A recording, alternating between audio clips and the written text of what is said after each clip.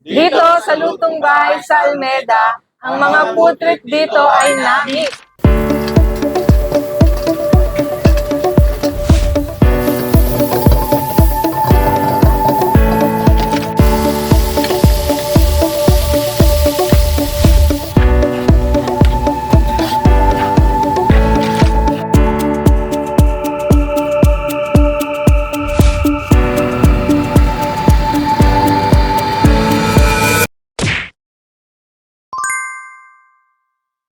Hi, ako po si Marge, isa sa co-owner ng Lutong Bahay sa Almeda.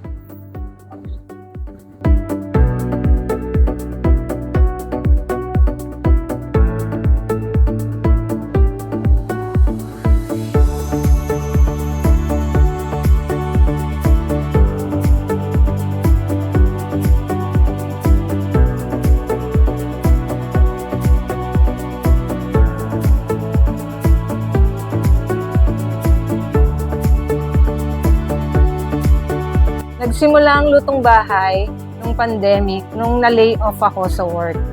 Then, since walang ibang source of income, kami ni Kuya, since naging popular yung online selling and delivery, napili namin yung food kasi basic necessity siya. Then, nagsimula siya sa garahe lang mostly. Silog meals lang po yung menu. Then, later on, nag-add na lang po kami ng iba pang mga dish. Then, December 2020 po na nag-start yung business namin. Then, garahe lang siya. Then, silog meals lang po yung mga menu namin. And then, ilang tao lang din po yung mga staff namin. Kasi trial and error pa lang naman. Then, before, actually, ang may history talaga sa business is si Kuya po, yung pinsan ko. Ang business niya before is computer shop. Then ako naman po, nag-work naman ako sa food industry. Coffee shop po siya. Then 5 years ako doon. So, kasi bali all in po ako doon as in lahat. So, na-monitor ko yung run ng business. Pati back office. Then yun po, nag-jive na kami na mag-start siya ng business. Mag-start din ako ng business. Since may garahe si Lolo, nag-jive po yung namin, yung nag-start yung business. And then yun po, nag-run na po siya 2020 up to now. Okay naman po siya.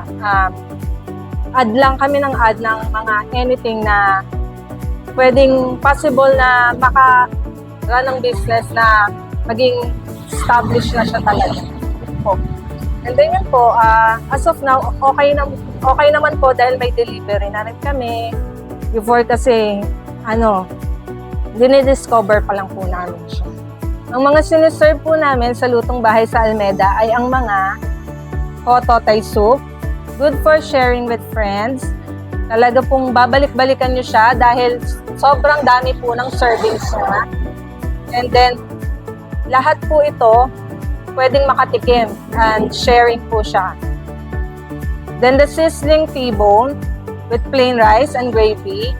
Babalikan niyo po talaga to kasi masarap siya and then hindi siya affordable siya, 160 lang po siya. Good for one person, pero sulit po. Then the calamares with garlic aioli. Good for sharing din po siya with friends and then magandang pulutan po siya. Most sold out po to and then most pulutan. And then the garlic buttered bangus. Good for sharing po siya. Babalikan niyo po talaga siya kasi almost sold out po lagi siya. Isang buong bangus po siya. And then lahat masishare, makakatikim for sure. And then the creamy tofu. Most sold out din po to dahil lahat ng mga friends nyo hahanap-hanapin po to. Kahit iulam or pulutan, babalikan nyo po talaga yan. And then the dinakdakan po, good for pulutan po yan. Lalo na rin sa ulam po. Lahat talaga mabubusog dito. Magiging sold talaga kayo dito. And then the salted chicken wings, most sold out to and most buy po kasi siya dahil puro po yung ginagamit naming salted egg. Hindi po siya basta-basta powder lang. Then, good for sharing po with your tropa po, and then good pulutan po siya. Ang inspiration po namin dito sa resto na to is yung lumang bahay ni Lolo at ni Lola. Ginawa namin mismo tong tindahan na to kasi meron siyang garahe. And yung idea namin is parang in-house lang po siya na dining concept. Parang bahay, nasa bahay ka lang po. And then, naisip namin yung business name na Lutong Bahay sa Alameda, which is named din ang street namin. Gusto namin makapagbigay ng resto feeling and accommodation, tsaka makapagbigay ng affordable price na mga dish.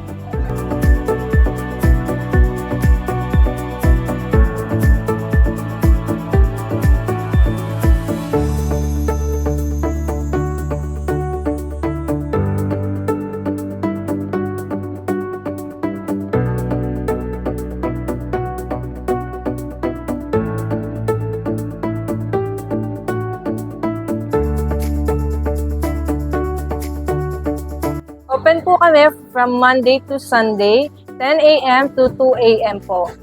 Then, tumatanggap din po kami, pwede rin po itong maging event place. Then, meron din kaming banda for Saturday po, mga acoustic band po.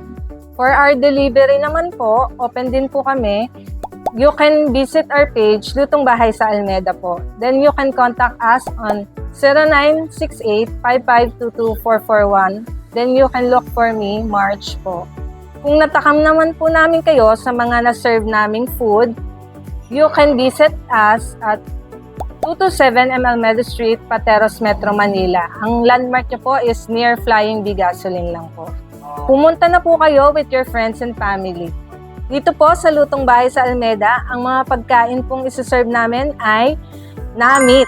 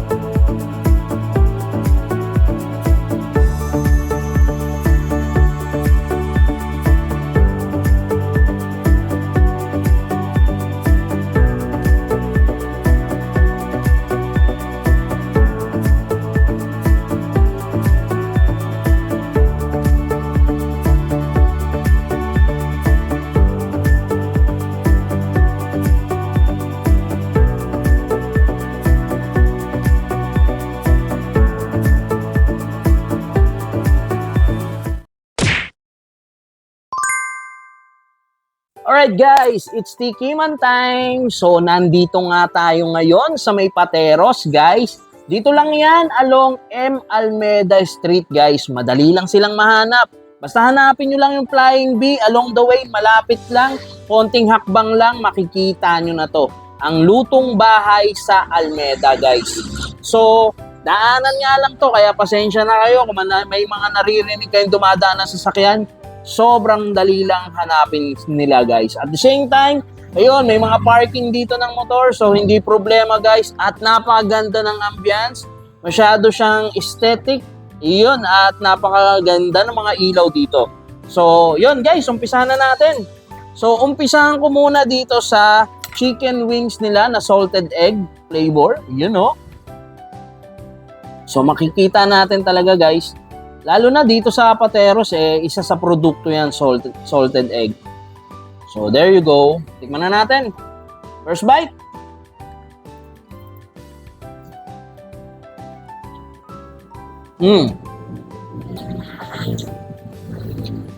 Sobrang lasa niya, guys. And, yung ginamit dito, yung mismong pula ng itlog, guys. Yung salted egg na hindi siya maalat. So, napakalasa niya at ang sarap. Kita nyo, lutong-luto yung loob. Napaka-crunchy niya sa labas and napaka-juicy sa loob. Napakalambot niya sa loob. Ang dami ng serving. Sarap. Wow, malasang-malasa sa dila. At the same time, kumakagat yung pagka-flavored ng salted egg, guys. Na paborito natin. Yung mismong bilog ng salted egg, yun yung flavored niya. Ang sarap. So, punta na tayo dito, guys, sa famous dinakdakan nila. Yun, no? So, itsura pa lang, napaka-creamy niya na, guys. The same time, yun, no? Pulang sibuyas yung ginamit nila, guys. Dito. Yun, no? Tignan na natin.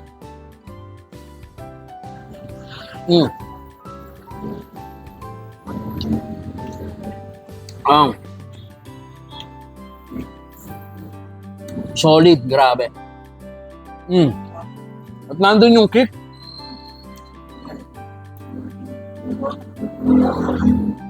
Hindi ito yung ordinaryong dinakdakan na matitikman mo. Grabe. Solid. Ang sarap. Isa pa nga. So, nandun yung sa dinakdakan, guys, yung pagka-grilled o yung pagka-prito ng pork, lasang-lasa mo. Sobrang solid. Sarap. Grabe. Ang galing ni chef, ha? Sobrang sarap. And then, dito na tayo sa creamy tofu. Guys, first time ko makakita ng ganitong preparation ng creamy tofu. Na talagang napakarami ng kanyang cream na ginamit dito. So, tikman na natin. Ako, mahilig ako sa tofu, guys. So, di ba, nakita nyo naman, niluto ko, toko at baboy. Andyan sa vlog natin yan. Wow, tignan nyo.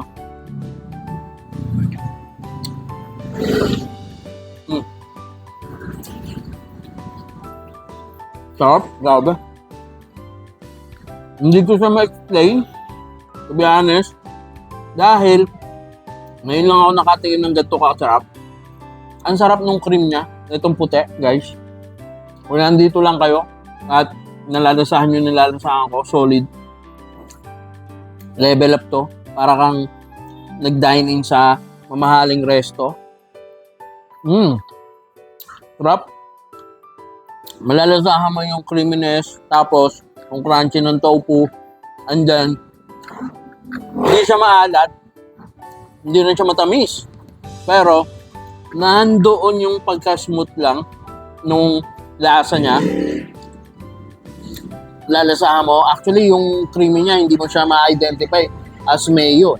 Nagang may malalasahan kang butter, pero sobrang solid nung timpla. Grabe. Eto, guys, next tayo. Isang buong bangus, garlic butter bangus, guys.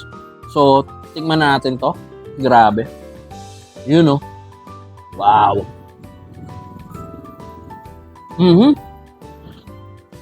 Grabe, sarap. Lasa mo yung lutong ng garlic.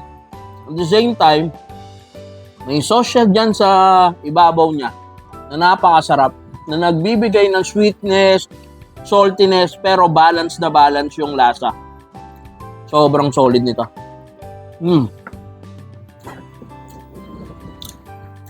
Siyempre, mahilig tayo sa kamatis. Ang sarap. So, tingnan na natin to. Ang kanilang calamares. Napakarami ng serving ng calamares nila, guys. You know, there you go.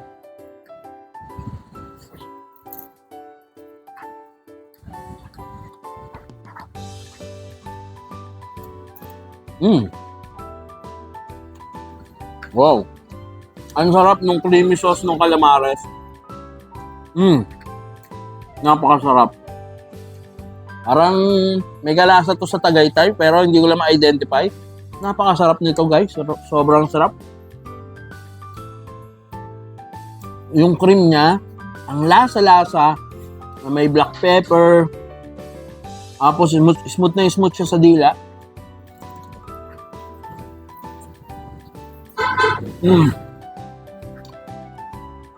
Yung dressing niya, sobrang nagbibigay ng compliment doon sa sauce niya.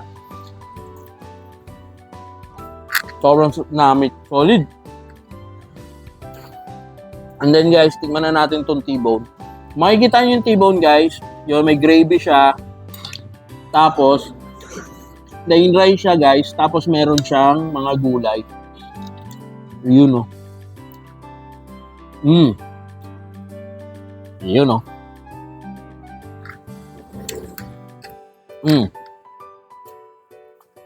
Malasa rin siya. At the same time, yung creaminess na binibigay, solid. Lalo-lalo na guys, sa mga dinner, no? Sobrang sarap. Solid to. Then, tikman na natin tong Hoto Thai soup natin. Guys, sa mga hindi nakakaalam, si Jing, taga Binondo yan. So, medyo familiar kami dito sa dish na to na Hoto Thai. So, tingnan natin siya kung talagang authentic taste ba siya ng Hoto Thai.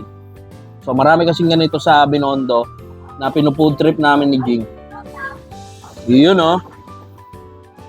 Kita nyo guys, so tingnan nyo, ang daming sahog ng gulay, may pork, yun, oh. Then may atay. Wow! Then syempre yung egg niya. Let's go. Food trip na natin. Yun, oh.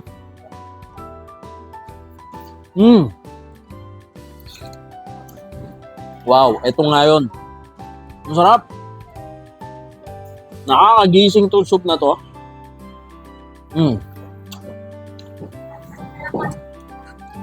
Ayun guys, so ubusin namin to. Maraming salamat sa inyo and ang sarap talaga ng mga food trip dito.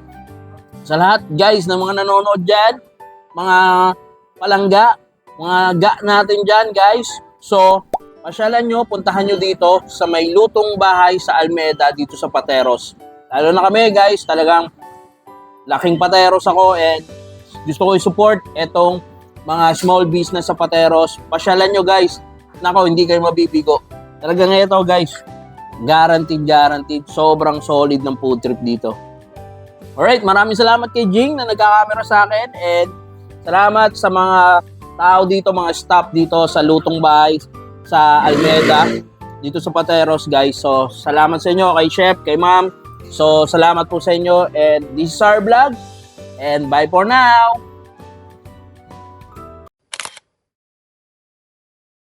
Alright guys, kasama natin ngayon dito si Chef. Hello po, good evening sa lahat ng mga followers nyo. Alright. Sa nakakaalam sa lutong bahay. Hello po. Shoutout nga pala sa boss namin kay Kuya Ivan Senior and Boss Carlo Ponce. Shoutout. Sa lahat nakakakilala sa akin, shoutout. Ayun, shoutout. Salamat Chef. Ito si Chef ang kaninang nag-prepare nito at solid talaga magluto. Ayun, Boss Carlo, shoutout sa'yo. Ayun, at kung saan ka man naroon, Boss Carlo, ayun, baka naman. Kaya naman, no? Joke lang. Sige. Alright, so, sino ba mga tropa? Wala na? Shoutout. Mahihayin. Alright guys.